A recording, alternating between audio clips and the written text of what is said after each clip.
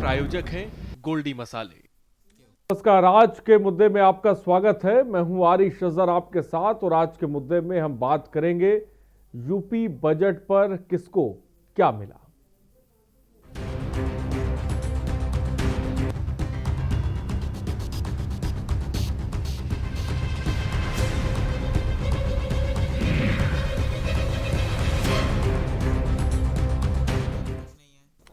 तो यूपी के इतिहास में पहली बार इतना बड़ा बजट पेश किया गया। जी हां, बजट में सभी वर्गों और सेक्टरों के साथ ही खासकर किसानों और महिलाओं पर फोकस किया गया है। कई योजनाओं का आगाज किया गया है तो वही माफिया पर कार्रवाई जारी रहने के भी संकेत साफ तौर पे इस बजट में दिए गए। बढ़ती महंगाई से त्रस्त जनता के सामने समावेशी बजट लाने का प्रयास किया, लेकिन बजट से कितना लाभ जनता को मिला ये तो जनता ही बताएगी। फिलहाल ग्राफिक्स के माध्यम से आपको हम बताएंगे किसको क्या मिला।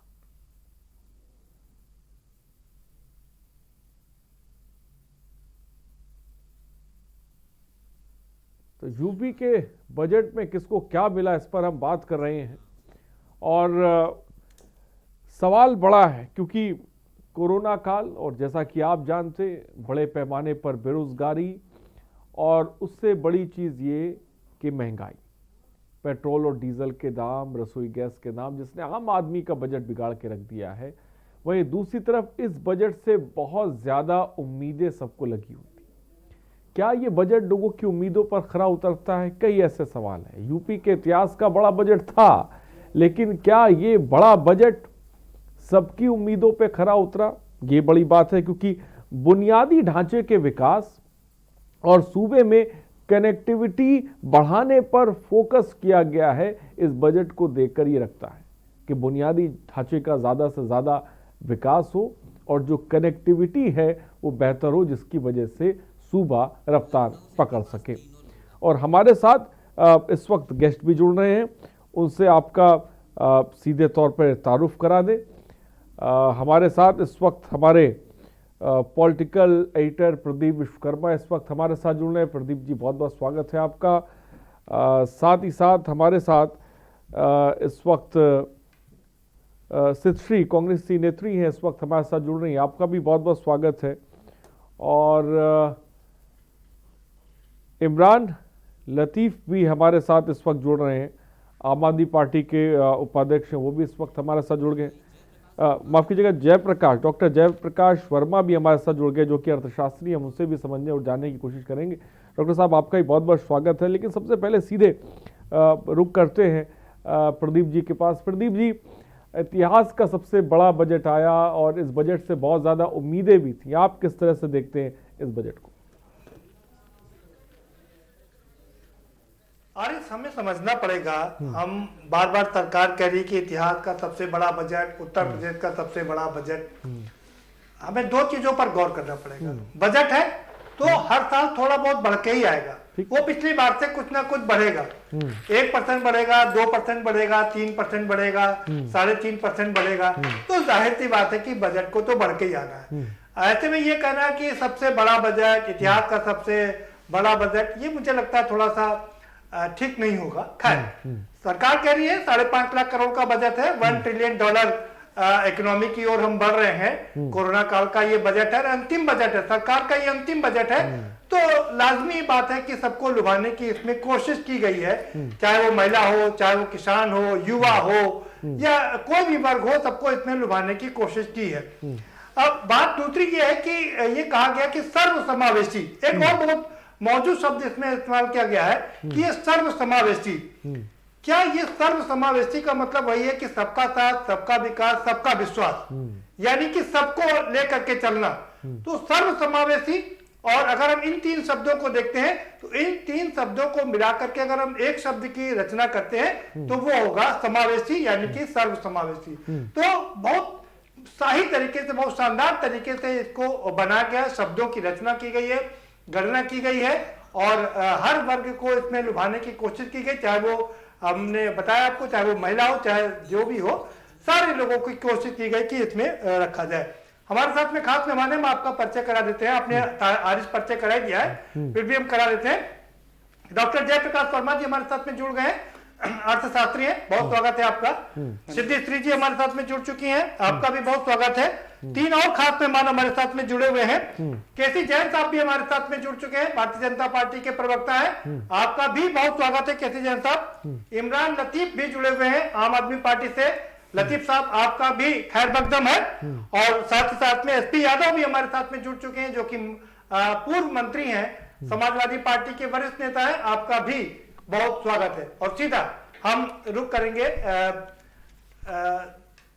भारतीय जनता पार्टी के केसी जैन साहब का। केसी जैन साहब, आप बताइए कि क्या क्या दिया आपने उत्तर प्रदेश को इस बजट से? देखिए, माननीय योगी आदित्यनाथ जी की सरकार में पिछले 4 वर्षों से लगातार विकास की ओर अग्रसर है। और ये जो बजट है, ये बजट खास करके एक तरीके से समावेशी बजट, यानी कि सबके लिए बजट में प्रावधान किया गया है। वो महिलाएं हों, बच्चे हों, कृषि क्षेत्र से जुड़े हुए लोग हों, मजदूर हों, किसान हों, या शिक्षा से जुड़े हुए लोग हों, तो नौकरी पेशा लोग हों, कुल मिलाकर के कोशिश की गई है कि सबको इसमें लाभ मिले इस बजट के द्वारा। आप देखिए कि 2018 और 19 का जो बजट था, वो खास करके औद्योगिक विकास को समर्पित बजट था। और उसके बाद 19 और 20 का जो बजट था, जो है वो महिलाओं को समर्पित बजट था। और ये बजट जो है पूर्ण रूप से समावेशी बजट है, सबको साथ में लेकर के चला गया है। आप देखिए, इस बजट में जो सबसे मूल चीज की गई है, जिसके लिए विपक्ष हमेशा से सवाल भी उठाता रहा कि किसानों के लिए तो आप कर रहे हैं, लेकिन जो मजदूर है उनके लिए क्या कर रहे हैं। जो किसान ऐसे हैं जो बटाई पे खेती करते हैं, एक तरीके से मजदूर किसान जो है, उनके लिए आप क्या कर रहे हैं। तो मजदूर किसानों के लिए पहली बात तो ये कि 5 लाख का जो बीमा सरकार लेकर के आई है, तो अगर ऐसे में उनके साथ कोई हादसा हो जाता है, कोई बात हो जाती है, तो परिवार बिल्कुल त्रस्त ध्वस्त हो जाता है। ऐसी स्थिति से निपटने के लिए 5 लाख रुपए का बीमा उन किसान मजदूरों के लिए, उन बटाईगीरों के लिए किया गया है प्रावधान। दूसरी बात यह कि 1-1 लाख रुपए का जो किसान मजदूर हैं, 20 लाख लोगों को 1-1 लाख रुपए सरकार की तरफ से अनुदान के रूप में देने का निर्णय लिया गया है। आप देखिए कि 10 लाख से ज्यादा नए राशन कार्ड कोरोना काल में बने। जो लोग अन्य प्रदेशों से पलायन करके आए थे या यहाँ से बाहर मजदूरी करने गए थे, वो वापस आए थे कोरोना काल में। तो 10 लाख से ज्यादा नए जो है वो अकाउंट खोले गए उन लोगों के, और उन लोगों को जो लाभ मिलना था खास करके अनाज का, और वो सब सारे लाभ उनको दिए गए। तो इसमें चाहे किसान हो, मजदूर हो, बेटियों के लिए देखिए कि उनके लिए लैपटॉप योजना को रखा गया है। सुमंगला योजना के अंतर्गत 1200 करोड़ रुपए की, 1200 करोड़ रुपए की व्यवस्था इसके अंतर्गत की गई है।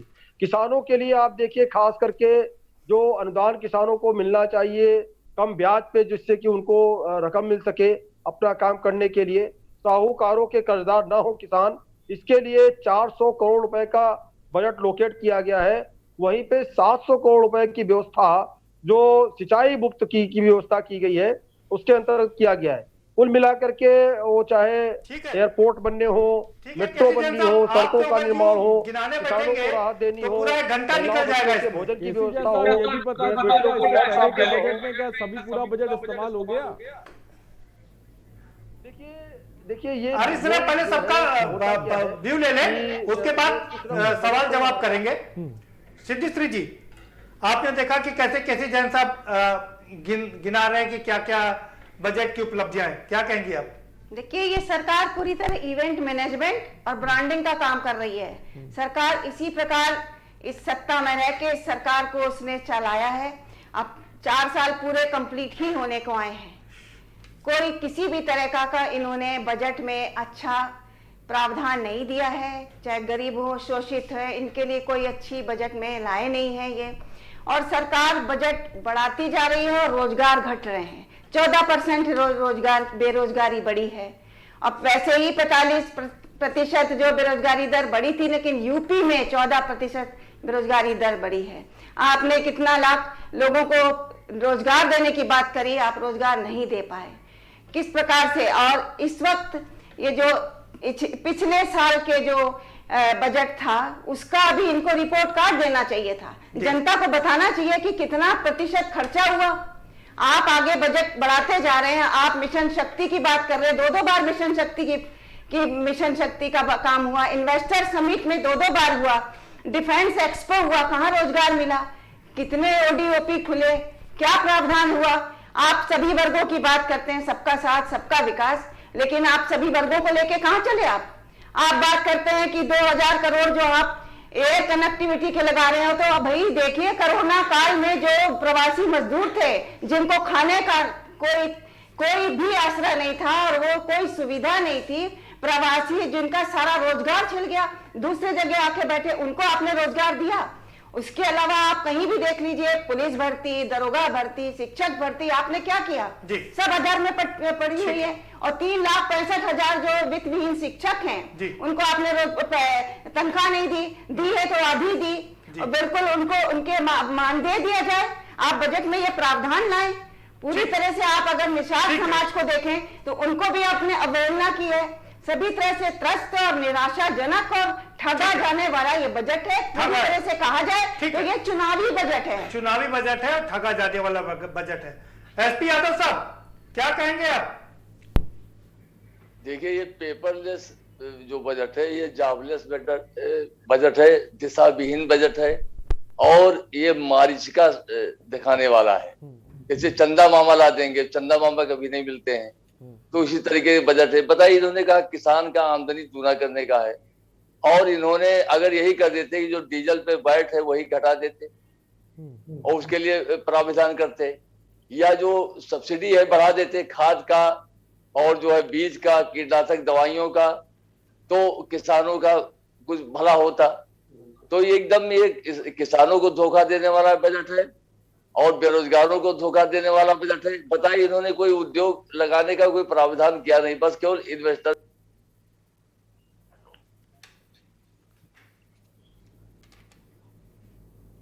एसपी यादव साहब की आवाज पहुंच रही है? सर सब धोखा ही धोखा, कहीं बजट में वफा है कि नहीं? ठीक है, एसपी यादव साहब की आवाज, एसपी यादव साहब की आवाज नहीं पहुंच रही है। सभी हम रुक कर लेते हैं इमरान लतीफ साहब का। इमरान लतीफ साहब, आप अपनी पहली प्रतिक्रिया रख सकते हैं। इमरान लतीफ साहब की आवाज पहुंच रही है आप तक? बजट को लेकर आपकी प्रतिक्रिया क्या है इमरान लतीफ? मुझे लग रहा है कि इमरान लतीफ तक हमारी आवाज नहीं पहुंच पा रही है। फिलहाल हमारे साथ अर्थशास्त्री जी भी जुड़े हुए हैं, डॉक्टर जयप्रकाश। कोई बात नहीं हरीश, मैं जयप्रकाश जी का रुख कर लेता हूं। जयप्रकाश जी क्या कहेंगे आप? आपने सारे लोगों को सुना, आपने पक्ष को भी सुना, विपक्ष को भी सुना। एक अर्थशास्त्री होने के नाते आपकी प्रतिक्रिया क्या होगी? जी प्रदीप जी, अगर यूपी बजट 2021-22 को अगर हम देखें तो आप देख सकते हैं कि इस बजट में ये कहा गया है कि समग्र और समावेशी विकास की बात कही गई है और ये एक माध्यम है, लेकिन जो उद्देश्य है वो है स्वावलंबन से सशक्तिकरण। तो समावेशी और समग्र विकास और स्वावलंबन से सशक्तिकरण ये यूपी बजट का मेन मोटो है।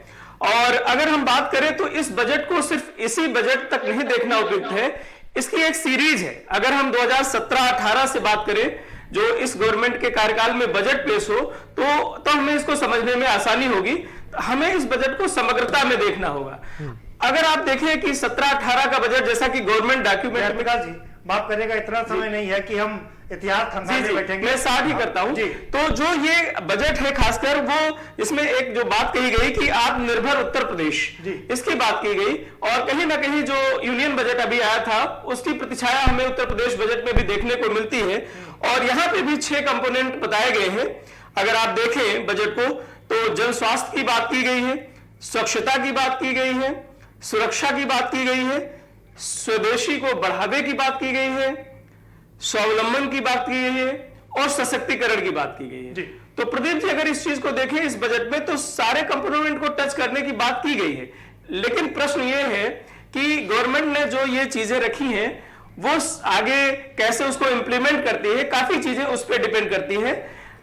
इंप्लीमेंटेशन का सबसे बड़ा महत्वपूर्ण रोल होगा। बिल्कुल ठीक है। आप केसी जैन साहब के पास चलें। केसी जैन साहब, आपने पूरी उपलब्धियां गिना दिया क्या क्या थी उत्तर प्रदेश का सबसे बड़ा बजट, 5,50,000 करोड़ का बजट, सर्वसमावेशी बजट।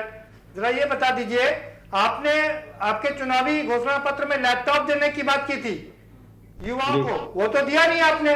और अब आप आ गए कि हम जो अभ्युदय कोचिंग ज्वाइन करेंगे उनको लैपटॉप, वो भी टैबलेट देंगे, लैपटॉप नहीं देंगे। नहीं, देखिए प्रदीप जी, बजट के हिसाब से चीजें होती हैं और ये जो बजट लोकेट किया गया है बिल्कुल महिला सशक्तिकरण को ध्यान में रखते हुए महिलाओं, बच्चियों, खास करके जो बच्चियां हैं, जो योग्य बच्चियां हैं, उनके लिए लैपटॉप देने की व्यवस्था की गई है। और उसमें सुमंगला योजना के अंतर्गत उसके लिए 1200 करोड़ रुपए का बजट लोकेट किया गया है। अभी जो जिस प्रकार से हमारे साथी लोग कह रहे थे, खास करके विपक्षी साथी कह रहे थे कि एक तरफ कह रहे हैं ये लोक लुभावन बजट है, दूसरी तरफ कह रहे हैं इस बजट में कुछ नहीं है, एक तरफ कह रहे हैं चुनावी बजट है, दूसरी तरफ केसी जैन साहब, आपने तो लोहिया को पढ़ा है और लोहिया जी कहते थे जो वादा नहीं निभाया जाता वो एक प्रकार का भ्रष्टाचार होता है। आपने वादा किया था कि युवाओं को लैपटॉप देंगे, 2022 में किसानों की आय दोगुनी कर देंगे, सबको 2022 तक सबको मकान मिल जाएंगे, सबके सर पर छत होगी। नहीं, देखिए प्रदीप जी, होता क्या है कि जो आय को दोगुनी करने का सरकार का संकल्प है उस पे सरकार लगातार काम कर रही है। आप देखिए कि अगर किसानों को पानी मुफ्त मिलेगा और ये पानी पहले से मुफ्त मिल रहा है जैन साहब, पानी तो हमारे सरकार में सिंचाई लगान माफ कर दिया था। ये आप क्या कह रहे हैं? नहीं, देखिए और यूरिया 50 किलो में 50 केसी जैन साहब, पेट्रोल और डीजल पे तो लगान बहुत वसूला जा रहा है। एक मिनट, केसी जैन साहब, सवाल यह है, आपने कृषक किसान योजना, कृषक विकास योजना के लिए 100 करोड़ रुपए दिए। उत्तर प्रदेश में 24 करोड़ लोग हैं, तो ये 100 करोड़ रुपए क्या पर्याप्त होंगे किसानों के लिए? हमारी सरकार ने क्या था, गन्ने के रेट आपने बढ़ाया नहीं, वो कहने किसान का आमदनी दूना कर देंगे। नहीं, बिल्कुल, देखिए गन्ने को जितना भुगतान 1000 करोड़ रुपया बकाया है, आमदनी दूना हो गया। पिछली सरकार 20,000 करोड़ रुपए छोड़ करके गई थी बकाया, उसका हमने भुगतान किया और बाकी सब आ रहा हूं आपके पास, जैन साहब से जरा कुछ सवाल ले लूं। बताइए, एक पैसा बढ़ाया कैसे आमदनी दूना हो? केसी जैन साहब, आपने कहा कि किसानों और मजदूरों को 5 लाख रुपए का बीमा दिया जाएगा। आपको पता है बीमा कंपनियां क्या खैरात नहीं बांटने आती हैं? गन्ना किसानों का गन्ने का पेमेंट हुआ है 16,000 करोड़ रुपया। केसी जैन साहब, क्या आपको आवाज मिल रही है? केसी जैन साहब, गन्ने की बात नहीं, हम बीमे की बात कर रहे हैं, उस पर जवाब दें। अगर प्रतिवर्ष और गन्ने का केसी जैन साहब, क्या आप सुन पा रहे हैं? केसी जैन साहब, डीजल का दाम, पेट्रोल का दाम, बिजली का रेट सब तो बढ़ गया। आम आदमी पार्टी केसी जैन साहब, मुझे समझ नहीं आता, आप लोग जब सत्ता में नहीं थे, सवाल सुन लीजिए भाई, आप लोग जब सत्ता में नहीं थे तो इसी बीमे का विरोध करते थे कि बीमा क्यों करते, अब सीधे पैसे क्यों नहीं देते किसानों को। अब वही फार्मूला आप पर लागू होता है। ये बीमा कंपनियां सरकार से हजारों करोड़ रुपए लेकर के किसानों को छलने का काम करती हैं, मुआवजा नहीं देती हैं। बिल्कुल, फसल बीमा योजना में मेरा दावा है। तो बीमा क्यों, सीधा पैसा क्यों नहीं? किसी किसान को फसल बीमा योजना का पैसा नहीं मिला है। करोड़ रुपए सारा बीमा कंपनियां बीमा पैसा खा लेती है। आदरणीय यादव जी, जो 36,000 करोड़ रुपए सरकार ने आते आते माफ किया, वो केंद्र से तो राहत नहीं ली, और ये काम हर प्रदेश सरकारें कर सकती हैं, लेकिन किसी प्रदेश सरकार ने इस तरीके का काम नहीं किया। वो इंतजार करते केंद्र सरकार राहत दे। देखिए, कागजों में माफ किया गया, धरातल में नहीं हुआ है। किसानों का कर्ज माफ करे तो 36,000 किसानों का किया तो कहा किसानों का कर्जा माफ हुआ है? एकदम गलत है।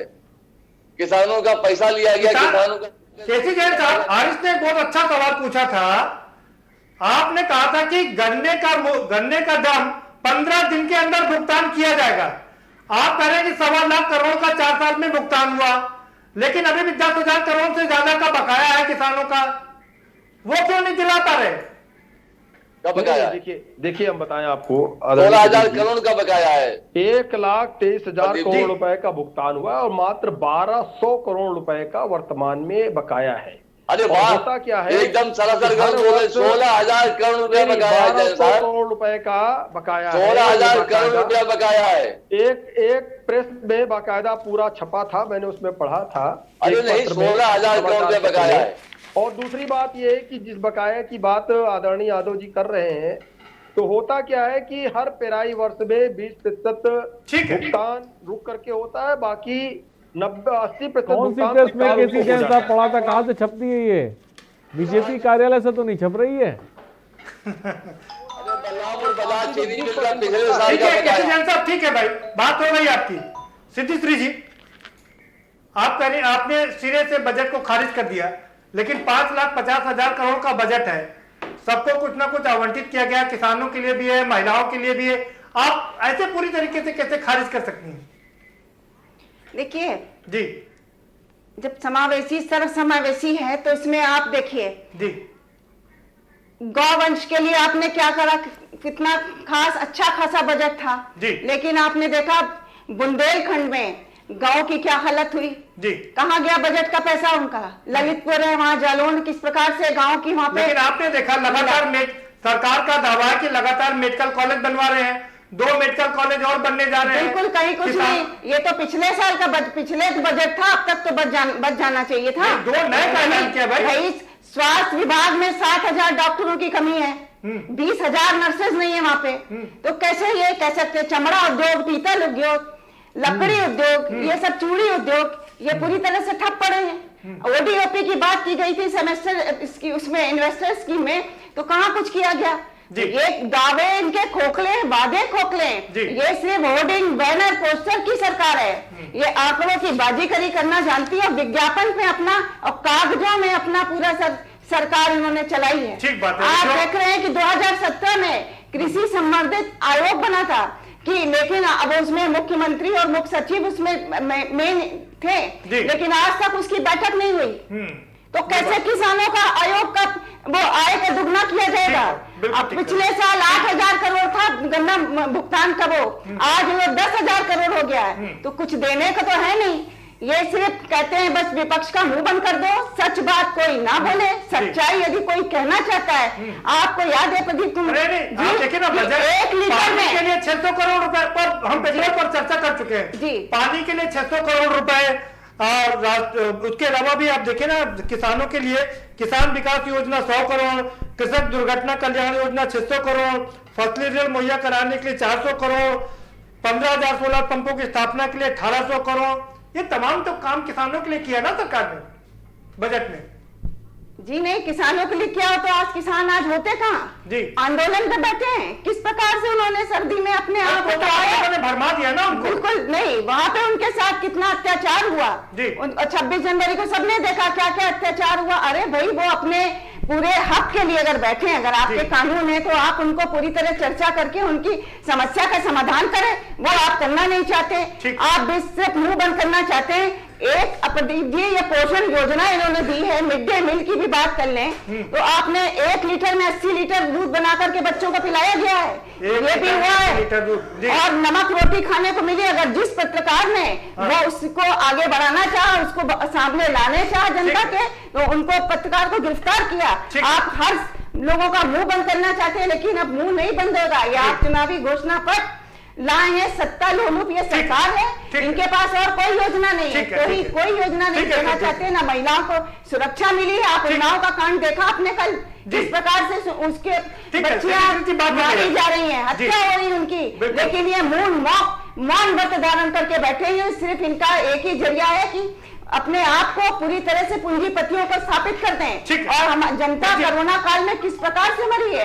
आप 2,000 करोड़ का एयर कनेक्टिविटी ला रहे, किसके लिए ला रहे हैं? वो किसान को, जो प्रवासी लोग हैं वो लोग उसमें जाएंगे। ठीक है, तीसरी जी बात हो गई आपकी। एसपी यादव साहब, आपने देखा जैन साहब कह रहे हैं कि इतना ऐतिहासिक बजट, इतना समावेशी बजट कभी किसी ने नहीं रखा। ऐतिहासिक है, झूठ का पुलंदा है, मिर्गी मारीचिका है, मृग मारीचिका वाला बजट है। ये बजट केवल जो है, केवल जनता को धोखा देने वाला। 5,50,000 करोड़ का बजट है, झूठ का पुलिंदा कैसे हो सकता है? पैसा तो खर्च करना पड़ेगा ना सरकार। ये केवल कागज पे पेपरलेस तो है, लेकिन ये जवान पे जो है पूरा झूठ बोला गया है। और जिस पता ही है किसान का आमदनी दूना कैसे करेंगे। 3% MSP पे धान खरीदा गया है और 800-900 रुपए में धान किसान ने बेचा है मजबूरी में। गन्ने की रेट 1 रुपया नहीं बढ़ाया गया। खाद पे सब्सिडी नहीं बढ़ाया इन्होंने। आज 50 किलो यूरिया का कट्टा जो है 45 किलो में मिल रहा है। सारा दाम बढ़ रहा है, कैसे किसान का आमदनी बढ़ेगा। बताइए, वह डीजल पे बैठी घटा देते। एसपी यादव साहब, कोरोना काल के बावजूद इतना बड़ा बजट रखा गया है और सब विकास के लिए बात की जा रही है, सारे लोगों के लिए विकास की बात की जा रही है, आपको ये सब दिखाई नहीं दे रहा क्या? देखिए, ऐसा है, पिछले बजट का 50% भी इन्होंने खर्च नहीं किया है। और जहां तक सवाल है, ये बजट जान रहे हैं ना, अब तो इनको जाने की विदाई तय है 2022 में, तो अपना वो बढ़ा दिए हैं। 2022 में विदाई तय है और ये गांव में घुसने नहीं पा रहे हैं। अभी देखिए संजीव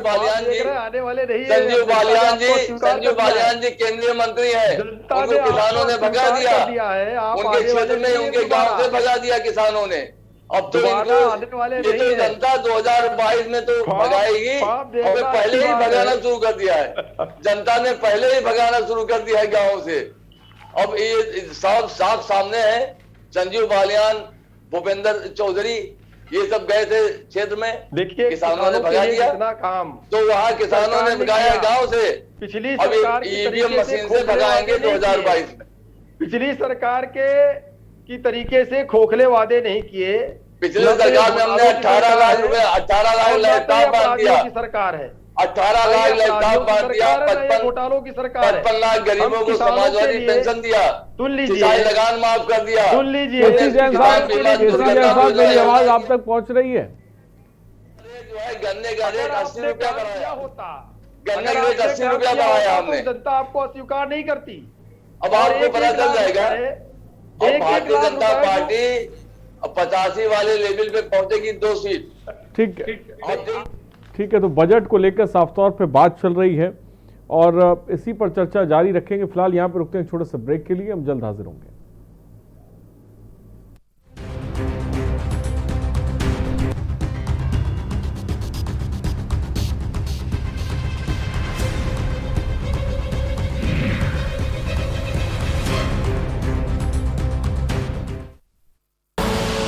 आप देख रहे हैं के न्यूज, खबरों का सारथी। अपनी किसानों की मेहनत का करते हुए सम्मान छत्तीसगढ़ सरकार ने 20 सालों में पहली बार बनाया। न्यूनतम समर्थन मूल्य पर सर्वाधिक धान खरीदने का नया कीर्तिमान। 95% से भी ज्यादा पंजीकृत किसानों ने बेचा अपना धान। कुल पंजीकृत किसान हो या धान बेचने वाले किसान, धान की खरीदी हो या कुल धान उपार्जन की मात्रा, पिछले 2 वर्षों में इन सभी में हुई है जबरदस्त बढ़ोतरी। किसानों को मिला उनकी उपज और मेहनत के लिए राजीव गांधी किसान न्याय योजना के अंतर्गत 5,750 करोड़ रुपए की कृषि आदान सहायता। किसानों के योगदान से बनी छत्तीसगढ़ की धन धान्य प्रदेश के रूप में पहचान। जनता की सेवा, जतन और सरोकार, यही है छत्तीसगढ़ सरकार। GGS Education Group launches 20% discount on academic fee of courses MBA, BBA, BCA, BFSI and GM, D Pharma, B Pharma. Offers best infrastructure, best transport facility, best academic service and best placement service. Register today to avail 20% discount. Call 9971 496 497 or visit the campus Kanpur Lucknow Highway near Unnao. GGS Education Group. घर में आएगी खुशियाँ जब दूध की नदियाँ बहे। अपने पशुओं को दीजिए सेहत से भरपूर मिल्कोमोर पशु आहार। जब पशुओं को मिलेगा मिल्कोमोर पशु आहार तो दूध बहेगा, मुनाफा बढ़ेगा। मिल्कोमोर पशु आहार। आप देख रहे हैं के न्यूज, खबरों का सारथी।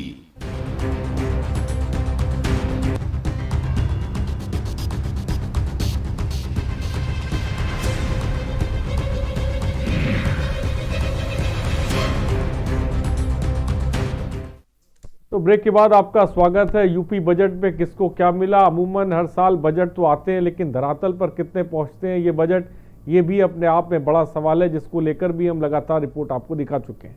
फिलहाल बजट को लेकर हम चर्चा कर रहे हैं, तमाम पैनलिस्ट हमारे साथ मौजूद है, लेकिन इमरान लतीफ़ बहुत देर से नहीं बोले। मैं चाहूँगा कि सीधे इमरान लतीफ़ के पास चलते हैं। इमरान लतीफ़ आम आदमी पार्टी उपाध्यक्ष हैं, हमारे साथ जुड़े हुए।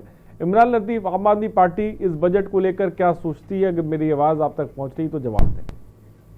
देखिए अजहर जी, जहां तक बात इस पूरे बजट की है, मैं सिद्धार्थनगर जनपद का रहने वाला हूं। बगल में गोंडा जिला है, जहां से आदम गोंडवी साहब एक मशहूर शायर हुए थे।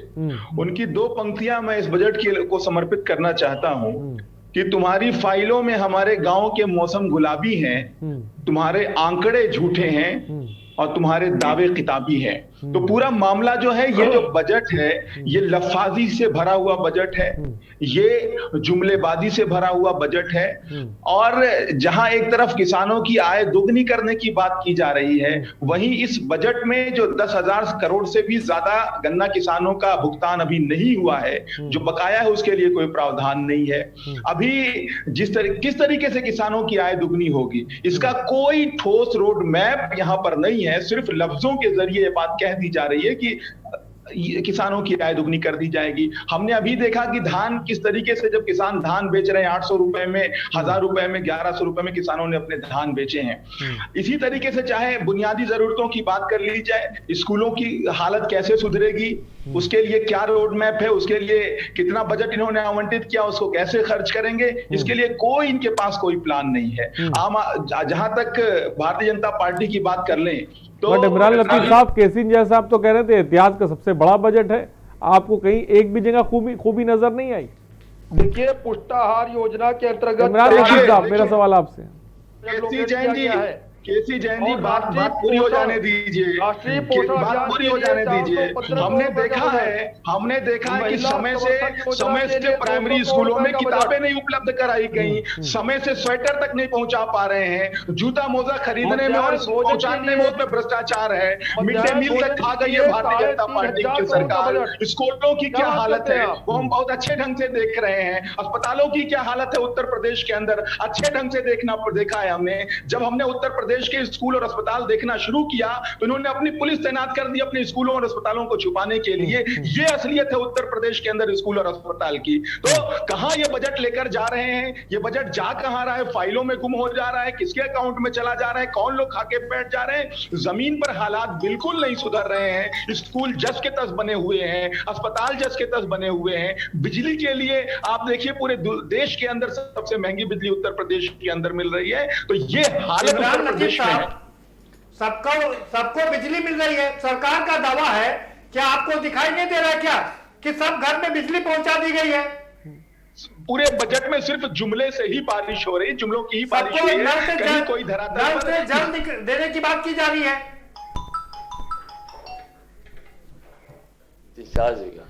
इमरान लतीफ़ साहब, क्या आपको सवाल सुनाई पड़ रहा है? जी हाँ, आवाज आ रही है, जी बताएं। इमरान लतीफ़ साहब, मैं आपसे समझना चाह रहा हूं, सरकार का दावा है, सरकार कह रही है और कर रही है कि हर घर में बिजली पहुंच गई है। क्या आपको इसमें कोई कमी नजर आ रही है? देखिए, हर घर में बिजली पहुंच गई है, इसमें कितनी सच्चाई है एक बार आप जमीन पर उतरकर देख लीजिए, सुदूर के गांवों में जाकर देख लीजिए। और जो बिजली व्यवस्था की बात की जा रही है, जहां पर बिजली पहुंची है वहां पर कस्टमर्स को निचोड़ने का काम बिजली विभाग के द्वारा किया जा रहा है। इनके मीटर सरपट भागते नजर आ रहे हैं। छोटे छोटे घरों का बिल ज्यादा से ज्यादा आ रहा है। 1 महीने का बिल 10,000 आ जा रहा है, 6 महीने का बिल 1 लाख रुपए गांव में आ जा रहा है। और उसका समाधान किस तरीके से किया जा रहा है?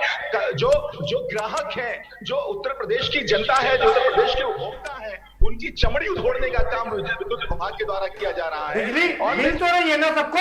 इमरान लतीफ़ साहब, उत्तर प्रदेश में बिजली सबको मिल रही है ना? पहले की सरकारों की तरह तो नहीं है कि कुछ जिलों में मिल रही थी बिजली। सबको बिजली मिल रही है। आप जमीन पर उतर कर देख लीजिए, और जिनको बिजली मिल भी रही है उनका बिजली का बिल कितना आ रहा है ये भी देख लीजिए, और उस बिजली बिल को वसूलने के लिए कितना अपमानित किया जा रहा है, कितना प्रताड़ित किया जा रहा है ये भी देख लीजिए।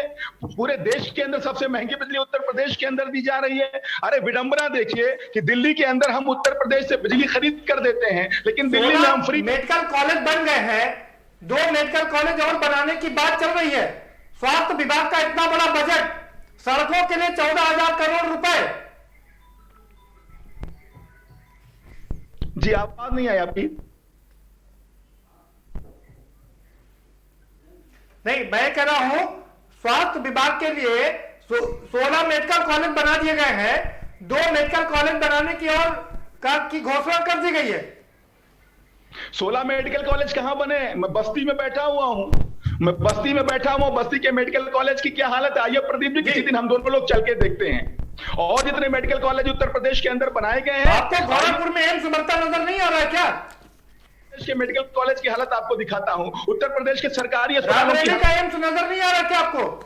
स्वास्थ्य केंद्रों की हालत आपको दिखाता हूं, उत्तर प्रदेश के जिला अस्पतालों की हालत आपको दिखाता हूं कि ना वहां पे डॉक्टर्स हैं, ना वहां पे दवाइयां हैं, ना वहां पर इलाज होता है, ना वहां पर जांचें हो पाती हैं। अगर छोटी से छोटी बीमारी के लिए कोई सामुदायिक स्वास्थ्य केंद्र में उत्तर प्रदेश के अंदर जाता है तो उसको बाहर की पर्ची मिलती है, बाहर के मेडिकल स्टोर से दवा लेनी पड़ती है, बाहर जाके जांच करानी पड़ती है। गलत बात कह रहे हैं आप, हवा हवाई बातें कर रहे हैं। हवा हवाई बातें आप लोग कर रहे हैं, हवा हवाई बातें आप लोग कर रहे हैं। साहब आप बने नहीं हमारे साथ। वर्मा जी का रुख, जयप्रकाश वर्मा जी का रुख करेंगे, उनसे थोड़ा गंभीर चर्चा करेंगे, उनसे समझने की कोशिश करेंगे, वो अर्थशास्त्री हैं, ठीक है? इमरान लतीफ साहब, ठीक है इमरान लतीफ साहब आपकी बात आ गई, आपकी बात आ गई। वर्मा जी का रुख करना चाहेंगे जी। जयप्रकाश वर्मा जी, आप मुझे ये बताइए, समझाने मैं आपसे समझना चाह रहा हूं, सर्व समावेशी के विकास की बात की जा रही है, कैसे आप इसको प्रूव करेंगे कि यह सर्व समावेशी बजट है? प्रदीप जी, अगर इस बजट को हम देखें, जैसा कि मैंने शुरुआत में कहा कि इस बजट में स्वावलंबन से सशक्तिकरण की बात कही है, और सबसे जो कोरोना टाइम में देखा जाए, स्वावलंबन कैसे आएगा? स्वावलंबन बता रहे हैं, रोजगार की समस्या बड़ी प्रॉब्लम है। हाँ, वही। और रोजगार का जो लिंक है वो सीधे सीधे यहाँ पे गवर्नमेंट जॉब से नहीं, बल्कि हम जो इंटरप्रेन्योरियल डेवलपमेंट की बात सरकार कर रही है, मतलब कहने का मतलब स्वावलंबन, अपना स्वरोजगार के लिए सरकार प्रेरित कर रही है। तो उसमें जो है मतलब इंटरप्रेन्योरियल डेवलपमेंट के तहत जब रोजगार के अवसर बढ़ेंगे, कितना पैसा एलोकेट किया जा रहा है? मैं 2 चीजें बताऊंगा यहाँ पे। जैसे कि अगर आप एमएसएमई की बात करें तो गांव में इस समय सरकार का फोकस एमएसएमई पे बहुत ज्यादा है। कितना पैसा एलोकेट किया बताइए ना एमएसएमई के लिए और उद्योग के लिए? जी। और दूसरा जो आप देखें प्रदीप जी, तो बुनियादी ढांचे पे सरकार का बहुत जोर है। मैं जो आपसे सवाल कर रहा हूँ, उद्योगों के लिए कितना पैसा, कितना बजट एलोकेट किया सरकार ने, क्या आप मुझे बता सकते हैं? जी, आपकी थोड़ी आवाज क्लियर जी। उद्योगों के लिए सरकार ने कितना बजट एलोकेट किया है, क्या आप मुझे बता सकते हैं?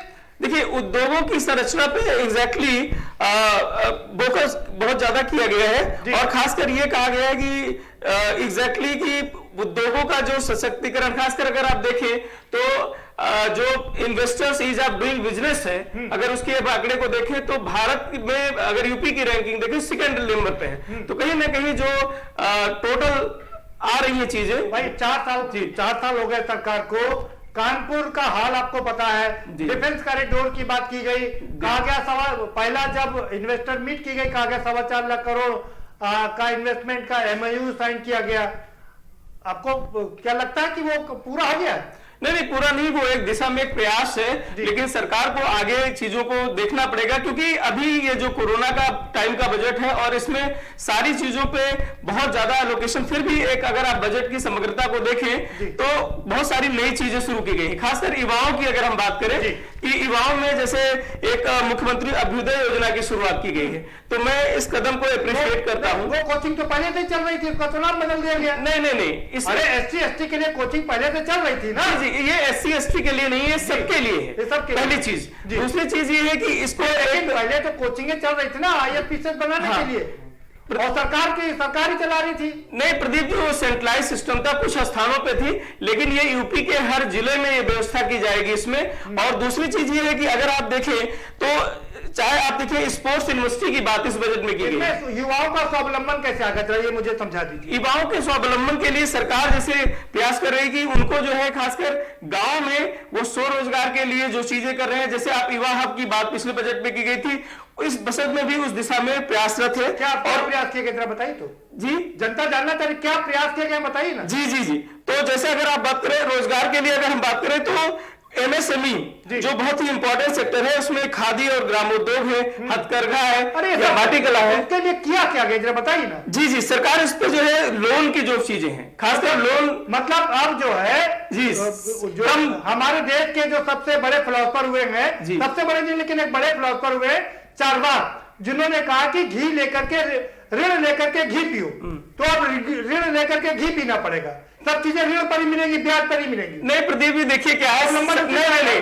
100 नंबर मतलब ये है कि देखिए बात ये है कि ऋण लेके घी पड़ने की बात नहीं, बात यह है कि सरकार का जो उद्देश्य होता है लोक कल्याण होता है। सरकार का उद्देश्य कभी प्रॉफिट कमाना नहीं होता है, और लोक कल्याण के लिए अगर आप मुझे बता दीजिए कि युवा लोन लेगा, उसका ब्याज भरेगा, वो स्वावलंबी हो जाएगा, 10 लोगों को रोजगार देगा, यही परिकल्पना है क्या?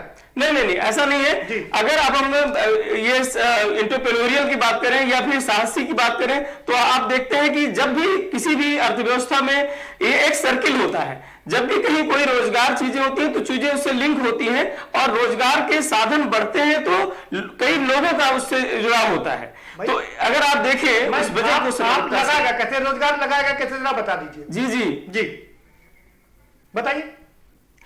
जी प्रदीप जी देखिए ऐसा है कि अगर हम इस पूरे बजट को हमने कहा समग्रता में बुनियादी ढांचे पे बहुत जोर दिया गया है।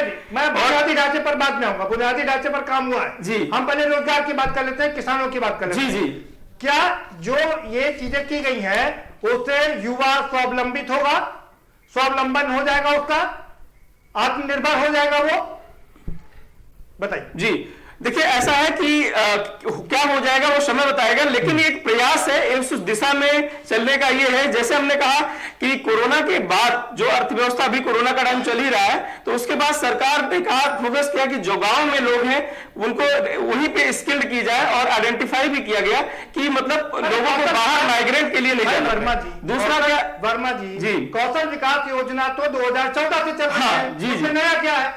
नहीं नया बहुत कुछ है इसमें कि जो एमएसएमई था वो बहुत ही नेग्लेक्टेड सेक्टर था, और आप देखिए कि इधर एमएसएमई के लिए भी फोकस किया जा रहा है, खादी ग्रामोद्योग के लिए फोकस किया जा रहा है। यूपीएसडीएम जो था, जो आप यूपीएसडीएम की बात कर रहे हैं, यूपीएसडीएम अलग योजना, इससे कतई इनकार नहीं कर रहा हूं। सवाल ये उठता है कि ये जो चीजें हैं क्या इससे युवा स्वावलंबी होगा? जो सिद्धिश्री जी ने सवाल उठाया कि बीएड टीईटी के बच्चे आंदोलन कर रहे हैं, शिक्षक आंदोलन कर रहे हैं, तमाम रोजगार के लिए लोग आंदोलन कर रहे हैं, वो क्या इससे शांत हो जाएंगे इस बजट से? नहीं देखिए वो बात आपकी है, अगर इसको आप समझे कि रोजगार का अर्थ क्या है। रोजगार का अर्थ गवर्नमेंट जॉब नहीं है, रोजगार का अर्थ स्वावलंबी बनना है, वो कहीं भी अपना आप बिजनेस शुरू करके कर सकते हैं। दूसरी चीज क्या है, अब इसमें बात ये होती है कि सरकार का सपोर्ट क्या है। एक आपसे सवाल पूछना चाहूँ, व्यक्तिगत सवाल है, आप तो प्रोफेसर है, क्या आप नौकरी छोड़ के कोई रोजगार शुरू कर सकते हैं? नहीं नौकरी छोड़ने की बात नहीं है, ये है कि जो रोजगार के साधन है। वर्मा जी अगर आप इतने कॉन्फिडेंट हैं कि कोई भी स्वावलंबी हो सकता है और वो उद्योग खड़ा करके 10 लोगों को 50 लोगों को नौकरी दे सकता है, क्या आप ये रिस्क उठा सकते हैं? जी देखिए स्वावलंबन और रोजगार की जहां तक बात है तो उसमें जो है रोजगार जो आपने कहा कि नौकरी छोड़ के कोई नहीं, लेकिन जो रोजगार के अवसर अगर गवर्नमेंट जॉब में आप देखें तो बहुत ही लिमिटेड है, तो उसके लिए हमें कहीं ना कहीं जो है नए रोजगार के अवसर डेवलप करने पड़ेंगे। ठीक है, हाँ मेरा कहने का आशय वो सवाल दूसरा है आपसे, इंफ्रास्ट्रक्चर पर आपने बिल्कुल ठीक कहा कि सरकार ने बहुत जोर दिया है, तमाम एक्सप्रेस वे बन रहे हैं, कानपुर के लिए भी एक्सप्रेस वे हो गया, गंगा एक्सप्रेस वे हो गया, इससे इकोनॉमी रोल अप करेगी, इसमें कोई शक नहीं है। किसानों के लिए जो दिया गया है, क्या लगता है कि ये किसानों की आय 2022 में उसकी दोगुनी हो जाएगी? जी जी, किसानों के लिए देखिए, जैसे एक समन्वित विकास योजना की घोषणा, उसमें 100 करोड़ बात की गई है करीब। आत्मनिर्भर कृषक समन्वित विकास योजना की बात की गई इस बजट में। और एक बड़ी अच्छी योजना है जो सोलर पंप की बात की गई। अगर आप देखें तो लगातार एग्रीकल्चर की कॉस्ट बढ़ रही है, उत्पादन की, क्योंकि डीजल के दाम बढ़ रहे हैं। तो उस वजह से एक विकल्प के तौर पर जो सरकार का ये प्रयास सोलर पंप का है, वो अगर इसमें सफल होते हैं और आगे काम करते हैं तो रियली कृषि लागतों की कास्ट डीजल पर जो 7,000 करोड़ रुपए की सब्सिडी दी जा रही थी, उसको घटा करके 26,000 करोड़ कर दी गई है जी। अब कैसे बढ़ेगा? बिजली का बिल तो पूरा ले जाने लगा है। पहले बिजली के बिल पर कमी मिलती थी, सब्सिडी मिलती थी। जी जी जी। तो मतलब क्या एक हाथ ले एक हाथ दे? नहीं, सब्सिडी एक शॉर्ट टर्म उपाय हो सकता है, उसको बहुत लंबे समय तक वो नहीं किया जा सकता है, क्योंकि देखिए सब्सिडी से सरकार का राजकोषीय घाटा पड़ता है। मैं बता दूं प्रदीप जी, वर्मा जी, छोटा सवाल, सीधा सवाल, क्या ये जो उपाय किए गए हैं, इससे किसानों की आय दोगुनी हो जाएगी 2022 तक? सीधा सवाल। देखिए, किसानों की आय दुगनी हो जाएगी, इस दिशा में सरकार प्रयासरत है, लेकिन आप इसके बारे में बहुत ज्यादा एक्सपेक्टेशंस नहीं है कि क्या होगा, वो तो समय बताएगा। लेकिन मेरा ये कहने का मतलब है कि हम जो स्टेप्स ले रहे हैं उसका परिणाम हो सकता है बहुत अच्छा हो सकता है जितनी अपेक्षा उससे ना हो। लेकिन जैसे सब्सिडी की बात आपने की, अगर हम अनुदान को लगातार बढ़ाते हैं तो उसका जो इकोनॉमिक इंपैक्ट होता है, सरकार के ऊपर बोझ लगातार बढ़ता जाता है, खासकर उसका राजकोषीय घाटा जो है वो लगातार बढ़ता। तो ये एक अल्पकालीन उपाय है, लेकिन दीर्घकालीन उपाय ये नहीं है, तो उसे हमें अल्टरनेट करना चाहिए। जो आप उसकी बात कर रहे हैं, घाटे की बात कर रहे हैं जी, 3.5 होना चाहिए जी। और आपको पता है, आप तो अर्थशास्त्री हैं, कि देश में 9.5% घाटे की वो है। बिल्कुल बिल्कुल ठीक है, हो गई बात आपकी। सिद्धेश्वरी जी, आप सवाल पूछ सकती हैं केसी जैन साहब से। देखिए, ये किसानों के लिए इन्होंने कहा, सीधा सवाल पूछेगा केसी जैन साहब, उसका जवाब देंगे जी। आपने किसानों के लिए कहा था कि इनकी आय दोगुनी कर दी जाएगी, इनका सारा जो कर्जा है वो माफ कर दिया जाएगा और किसानों को उनकी कुछ भरण पोषण के लिए दिया जाएगा। वो बताइए, आप अब तक क्या कर रहे हैं? आपने कहा कि श्रमिकों को 30 लाख, आपने कहा कि श्रमिकों के 30 लाख दिया है, पैसे 1-1 हजार उनको दिया भरण पोषण के लिए, तो कहाँ दिया, कैसे दिया? सिर्फ कागजों में ये बातें मत कहिए। जवाब ले लीजिए केसी जैन साहब। सिद्धेश्वरी साहब जी ने कुछ सवाल, बुनियादी सवाल खड़े किए हैं, आप जवाब दे सकते हैं। मैं जवाब दे रहा हूँ। देखिए, किसानों का जो सीमांत किसान है उनका 36,000 करोड़ रुपए सरकार ने आते आते माफ किया। रही बात किसानों की आय बढ़ाने के लिए, ये बात सही है कि अगर किसानों की उत्पादन लागत कम होगी तो उनकी जो बिक्री रेट वही रहेगा जो, और ऐसे में अगर उत्पादन मूल्य उनका कम पड़ेगा तो उनको लाभ, बिल्कुल जाहिर सी बात, उनको लाभ मिलेगा। और इसके लिए जो बिजली की बात हो रही थी, बिजली के रेट जो किसानों के हैं वो वही है और उसमें सब्सिडी भी है। दूसरी बात यह है कि सोलर पंप की जो व्यवस्था सरकार की तरफ से की जा रही है, 15,000 सोलर पंप की नई व्यवस्था की जा रही है। ऐसा नहीं कि पिछले 4 सालों में सोलर पंप नहीं लगे हैं, तो पिछले 4 सालों में भी सोलर पंप लगे हैं, लेकिन इस साल के बजट में 15,000 नए सोलर पंपों की व्यवस्था सरकार के द्वारा की जा रही है। और 700 करोड़ रुपए की व्यवस्था मुफ्त पानी के लिए, 400 करोड़ रुपए जो लोन की व्यवस्था की गई है, ये बिल्कुल मिनिमम लोन है और वो भी उसमें सब्सिडी के लिए 400 करोड़ रुपए व्यवस्था की गई। अगर किसानों को जो लोन मिलेगा, ब्याज रहित लोन मिलेगा, तो जाहिर सी बात है उनको जितना पैसा लिया उतना वापस करना पड़ा, और जो ब्याज है वो सब्सिडी के रूप में सरकार ने माफ कर दिया। ऐसी स्थिति में जाहिर सी बात है कि किसान के ऊपर बोझ नहीं पड़ेगा। दूसरी बात ये है, आपका जवाब आ गया। चिकित्सा को लेकर के हो या इमरान लतीफ साहब, आपके पास भी पूरा वक्त है, बारी आपकी है, आप केसी जैन साहब से सवाल पूछ सकते हैं। अलग से मिल रहा है, ये सब योजनाएं तो किसानों के लिए ही ना। इमरान लतीफ साहब की आवाज आप तक पहुंच रही है? 4,095 करोड़ रुपए व्यवस्था। केसी जैन साहब, आपने बताया कि भाई ये बजट तो बड़ा है तो बेहतर है, इससे पहले भी बजट आया था, आप बता सकते हैं कितने प्रतिशत वो बजट इस्तेमाल हुआ है? देखिए, 90% से ज्यादा बजट पिछली बार का खर्च हुआ है और कुछ बजट हर वर्ष रह जाता है। अलग अलग क्षेत्रों का बजट अलग अलग रहता है, लेकिन तमाम चीजों में ऐसा होता है कि जो हमको अनुपूरक बजट। जयप्रकाश वर्मा जी, इस बात पर क्या कहेंगे जो बात केसी जैन ने कही है? सुन लीजिए, जैसे आपको लगता है पिछली बार का बजट 90% इस्तेमाल हुआ है? जयप्रकाश वर्मा जी, एयरपोर्ट बन रहे हैं। इमरान लतीफ साहब, इमरान लतीफ साहब क्या कहेंगे? इमरान लतीफ साहब, अगर आपको आवाज मिल रही हो, लाना पड़ता है। आ रहा है, आवाज आ रहा है जी प्रदीप जी, आ रहा है क्या बोल रहे? जी इमरान लतीफ साहब, केसी जैन साहब कह रहे हैं किसानों के लिए इतना कर दिया गया है कि 2022 तक आय दोगुनी हो जाएगी। क्या आप इससे इत्तेफाक रखते हैं? और यदि नहीं तो आप सवाल पूछ सकते हैं केसी जैन साहब से। प्रदीप जी, केसी जैन जी बात हो जाएगी।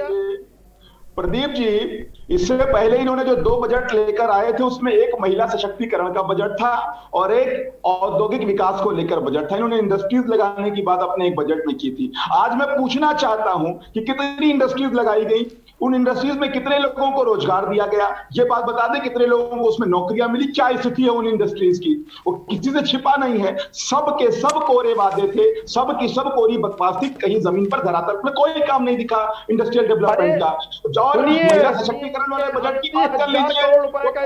हमने हाथरस के अंदर महिला सशक्तिकरण के उस बजट को जिंदा जलते हुए देखा। हमने आगरा के अंदर 15 टुकड़ों। इमरान लतीफ साहब, छोटा सवाल पूछिए भाई, जवाब भी आने दीजिए। महिलाओं की जो स्थिति है बद से बदतर हुई उत्तर प्रदेश के अंदर।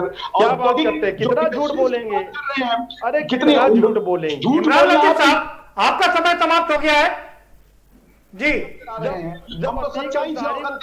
यादव साहब, आप भी सवाल पूछ लीजिए तो केसी जैन साहब दोनों का जवाब दे देंगे। पीड़ा नहीं होती है, हमको कोई पीड़ा नहीं होती है। आम आदमी पार्टी जब स्कूल की बात करती है तब आपको पीड़ा होती है। आम आदमी पार्टी जब इमरान लतीफ साहब, एसपी यादव साहब, मेरी आवाज आप तक पहुंच गई, आप क्या कहेंगे? एसपी यादव साहब, आप क्या कहेंगे? पार्टी जब बदहाल किसानों की आवाज उठाती है तब आपको पीड़ा होती है। आम आदमी पार्टी जब महिलाओं के साथ। एसपी यादव साहब, क्या मुझे सुन पा रहे हैं आप? आम आदमी पार्टी जब कोरोना के समय में भारतीय जनता पार्टी की शमशान में तक आवाज नहीं पहुंच पा रही। ठीक है इमरान लतीफ साहब, बात हो गई आपकी। जयप्रकाश वर्मा जी, आप अर्थार्थी अपने तमाम खूबियां गिना दी बजट की, क्या कमियां हैं, कहां पर कमी रह गई सरकार और कहां इंप्रूवमेंट कर सकती थी, जरा वो बता दीजिए। वर्मा जी, जयप्रकाश वर्मा जी। जी मुझे आवाज बहुत क्लियर नहीं आ रही। मैं बता रहा हूं, मैं फिर से सवाल दोहरा दे रहा हूं।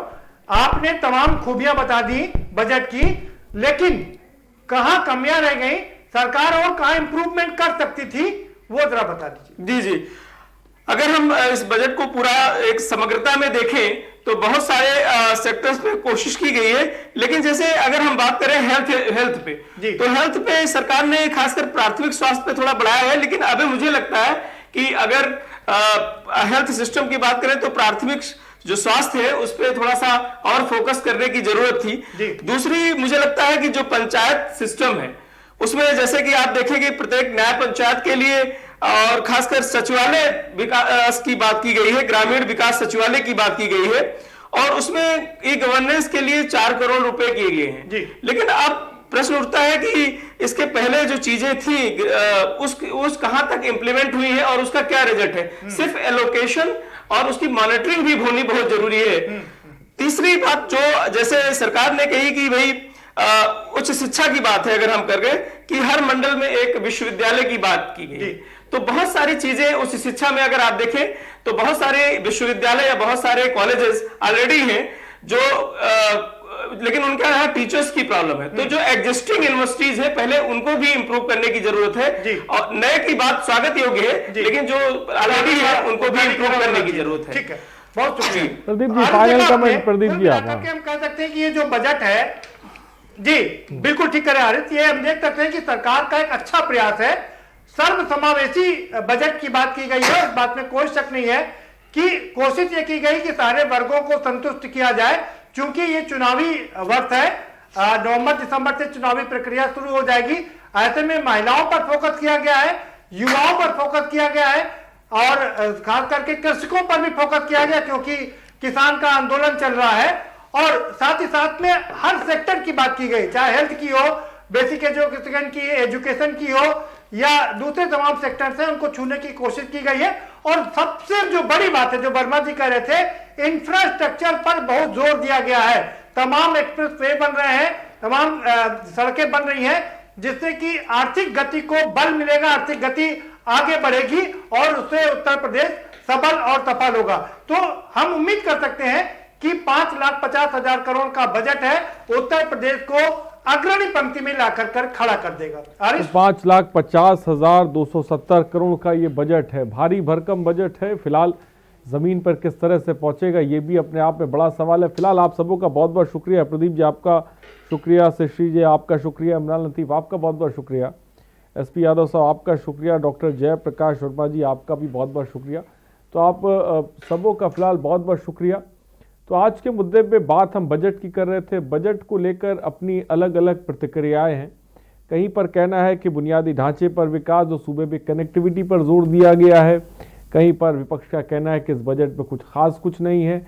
लेकिन इन सब के बीच बड़ा सवाल यही कि बजट तो हर साल आते हैं, ज़मीनी स्तर पर ये बजट कितने पहुँचते और किस तरह से पहुँचते हैं ये भी अपने आप में बड़ा सवाल है।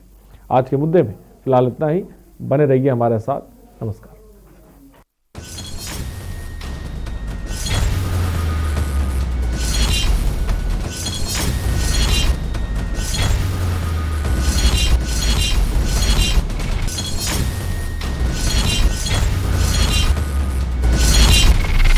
इस कार्यक्रम के प्रायोजक हैं गोल्डी मसाले।